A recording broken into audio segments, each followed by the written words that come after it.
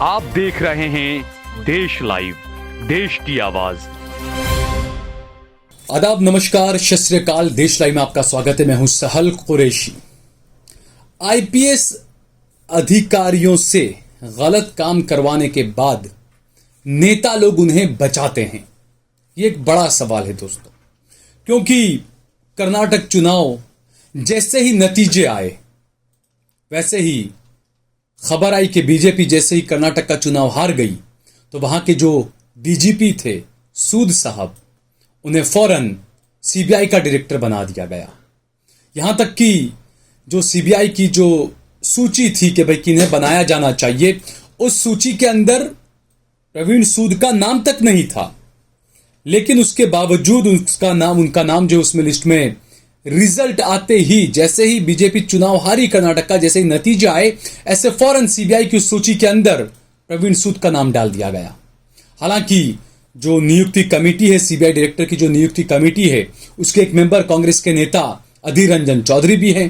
तो अधीर रंजन चौधरी ने इसका विरोध भी किया, लेकिन उसके बावजूद उनका नाम शामिल किया गया और उन्हें सीबीआई का डायरेक्टर बना दिया गया। अब ऐसा नहीं है कि यह पहली बार हुआ है। पिछले कुछ दिनों में आप लगातार उठाकर देखें तो लगातार इस तरह की खबरें आ रही है कि किस तरीके से बीजेपी जैसे ही सत्ता से बाहर हुई हार कर, ऐसे ही वहां के जो सबसे बड़े आईपीएस अधिकारी थे उनको फौरन दिल्ली बुला लिया जाता है और उन्हें वहां पर सीबीआई का डायरेक्टर बना दिया जाता है। पिछले कुछ सालों में हम देखें कि मध्य प्रदेश के अंदर जब बीजेपी हारी तो वहां के जो आईपीएस अफसर थे सीनियर, उनको फौरन बुला लिया गया दिल्ली और उन्हें वहां का सीबीआई का डायरेक्टर बना दिया गया। उसके अलावा हमने देखा महाराष्ट्र में भी जैसे ही बीजेपी हारी तो महाराष्ट्र के जो सीनियर आईपीएस अधिकारी थे उन्हें भी दिल्ली बुला लिया गया और सीबीआई का डायरेक्टर बना दिया गया। और अब यह मामला जो है कर्नाटका का है कि जैसे ही कर्नाटका में बीजेपी हार कर सत्ता से बाहर हुई तो फौरन वहां के जो डीजीपी थे उन्हें दिल्ली बुला लिया गया, सीबीआई का डायरेक्टर बना दिया गया। यानी कि बीजेपी जहां से भी सत्ता से बेदखल हो जाती है, वहीं के सीनियर आईपीएस अधिकारी को दिल्ली बुला लेती है और उसे सीबीआई का डायरेक्टर बना देती है। यानी कि विपक्षियों की जो सरकार बनने के बाद अपने चहीते अधिकारी को किसी भी तरह की कोई परेशानी ना आए, इस वजह से उसको बचा लिया जाए। इससे दो काम होते हैं, दो नहीं बल्कि तीन काम होते हैं। एक तो ये कि अपने चहीते अधिकारी से बात करके काम करवा लो, उसे जितना करवाना है, और जब वो परेशानी में, ऐसा लगे कि परेशानी में आने वाला है, तो उससे पहले उसको दिल्ली बुला लो। एक तो ये कि वो खुद बच गया।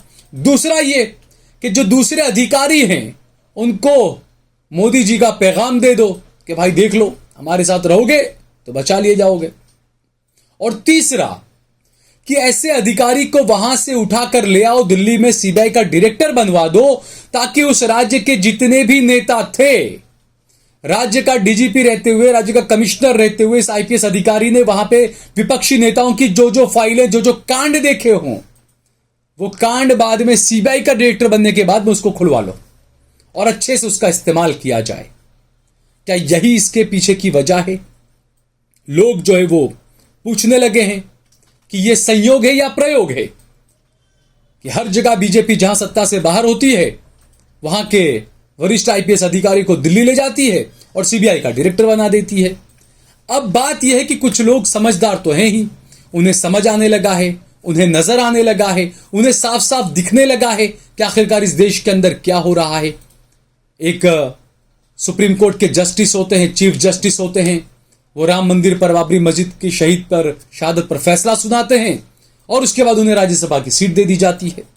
एक चीफ जस्टिस होते हैं जिन्होंने कभी मोटा भाई, नाना भाई, छोटा भाई को बचाया होता है।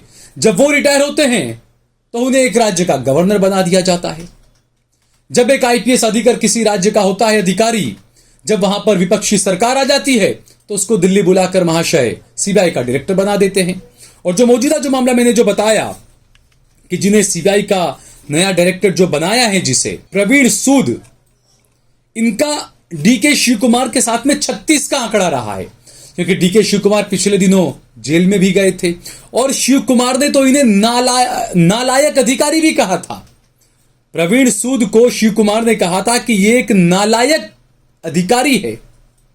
तो ऐसे में ये सवाल उठना लाजमी है क्योंकि हम आपको कुछ और चीजें बताएं, नामों के साथ हम आपको बता रहे हैं कि जब महाराष्ट्र में बीजेपी सत्ता से बाहर हुई तो सीनियर आईपीएस अधिकारी और तत्कालीन डीजीपी सुबोध कुमार जायसवाल को केंद्र की मोदी सरकार ने सीबीआई का डायरेक्टर बना दिया था दिल्ली बुलाकर। और उसके अलावा हम देखें, जैसा मैंने बताया आपको कि इससे पहले भी ऐसा हुआ है, कर्नाटका में तो हुआ ही ऐसा, महाराष्ट्र में भी हुआ ऐसा, मध्य प्रदेश में भी ऐसा हुआ। मध्य प्रदेश में जो शिवराज सिंह की सरकार थी, कांग्रेस ने वहां पर उन्हें हराया, कमलनाथ वहां के मुख्यमंत्री बने। तो वहां पर जैसे कांग्रेस पार्टी सत्ता में आ गई तो वहां के जो आईपीएस अधिकारी थे ऋषि कुमार शुक्ला, उन्हें भी फौरन दिल्ली बुला लिया गया, उन्हें भी सीबीआई का डायरेक्टर बना दिया गया। हालांकि वहां पर बाद में कमलनाथ की सरकार को कुछ लालची लोगों ने गिरा दिया, अपने विधायक लेकर चले गए, मंत्री पद और कुछ मिल गया उन्हें, उन्होंने सरकार को गिरा दिया।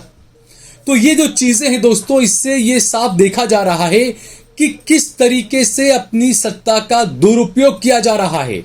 जो लोग ये सवाल उठाते हैं कि यार आईपीएस अधिकारी तो क्या कुछ करेंगे, वो क्या किसी का गलत करेंगे, आईएएस अधिकारी क्या किसी का गलत करेंगे, जज किसी का क्या गलत करेंगे। लेकिन ये जो फैसले लिए गए पिछले, आप देखिए 8 साल में उठाकर, तो पिछले 8 सालों के जो फैसले हुए, चाहे वो जजों की नियुक्ति को लेकर हो, चाहे वो पुलिस अधिकारियों की नियुक्ति को लेकर हो, चाहे वो आईएएस अधिकारियों की नियुक्ति को लेकर हो, तो जो जो फैसले पिछले 8 सालों में लिए गए वो सीधे तौर पर शंका के घेरे में आते हैं। और यह खास बात कि जिन जिन राज्यों में हारकर बीजेपी सत्ता से बाहर हो गई, वही के आईपीएस अधिकारी को सीबीआई का डायरेक्टर आखिर क्यों बनाया गया। मैंने जो बताया, मैंने जो कहा कि चूंकि कोई भी एक राज्य है, जैसे मान लीजिए कर्नाटक की अगर बात कर ले, मौजूदा मामला कर्नाटक का है, तो वहां के जो डीजीपी थे प्रवीण सूद, अब सीधी बात है, राज्य का जो डीजीपी होता है उसको हाई प्रोफाइल जो केसेस होते हैं विपक्षी पार्टियों के खासकर, तो वो तो उसको याद ही रहेंगे कि हाँ भाई कौन सा नेता कहां कहां फंसा हुआ है, किस किस नेता का कौन सा केस है, तो किस केस में किसको कैसे क्या करना। तो अब जब यहां पर तो आपकी सत्ता चली गई, अब इस अधिकारी को तो बुरे हाल हो जाते हैं यहां पर रहकर, तो इसलिए इस अधिकारी को तमाम नॉलेज है, इसलिए इस अधिकारी को उठाकर दिल्ली ले जाते हैं, सीबीआई का डायरेक्टर बना देते हैं, और उसके बाद उसके पास में जितनी भी जानकारियां हैं विपक्षी नेताओं की, उसका अच्छे से बेजा इस्तेमाल करते हैं। क्या ये सोच होती है इसके पीछे?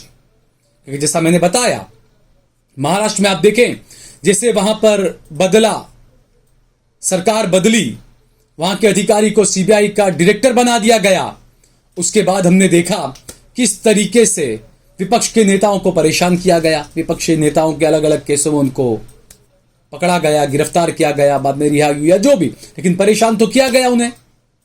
ये महाराष्ट्र का मामला। मध्य प्रदेश में भी आप देखिए, मध्य प्रदेश में जैसे ही वहां के अधिकारी को बुलाकर दिल्ली में सीबीआई का डायरेक्टर बना दिया, उसके बाद में कुछ खबरें आने लग गई कि कमलनाथ के बेटे पर ये, कमलनाथ पर ये, उस कांग्रेस के नेता पर ये, तमाम आरोपों की बातचीत होने लगी, सुर्खियां आने लगी बाहर। तो ये जो चीजें हैं, किस तरीके से सिस्टम का गलत इस्तेमाल करना, ये 2014 के बाद देश खुद अपनी आंखों से देख रहा है। ये बिल्कुल उसी तरह है कि जैसा मैं हमेशा कहता हूं कि बाबर ने बाबरी मस्जिद जो बनाई, वो मंदिर तोड़कर बनाई। अगर किसी ने नहीं देखा कि बाबर ने मंदिर को तोड़कर मस्जिद बनाई, लेकिन लोग बातें कर रहे हैं। लेकिन इस दौर की आप बात करें तो इस दौर में सबने देखा कि किस तरीके से बुलडोजर चले, मस्जिदों को शहीद किया गया, मजारों को शहीद किया गया।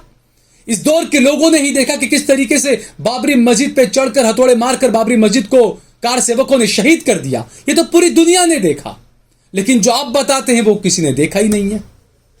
इसी तरह अभी जो हो रहा है वो पूरी दुनिया देख रही है, भारत की जनता बहुत अच्छे से समझ रही है।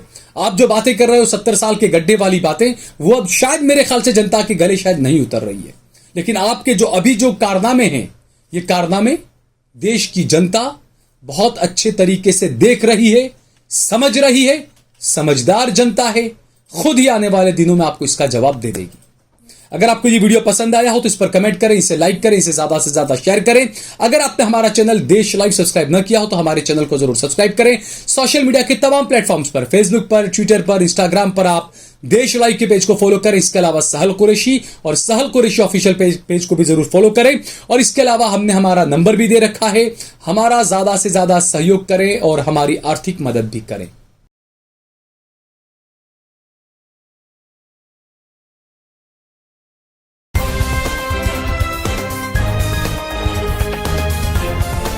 देश और दुनिया की तमाम छोटी और बड़ी खबरों के लिए हमारे चैनल को सब्सक्राइब करना न भूलें और बेल का बटन जरूर दबाएं।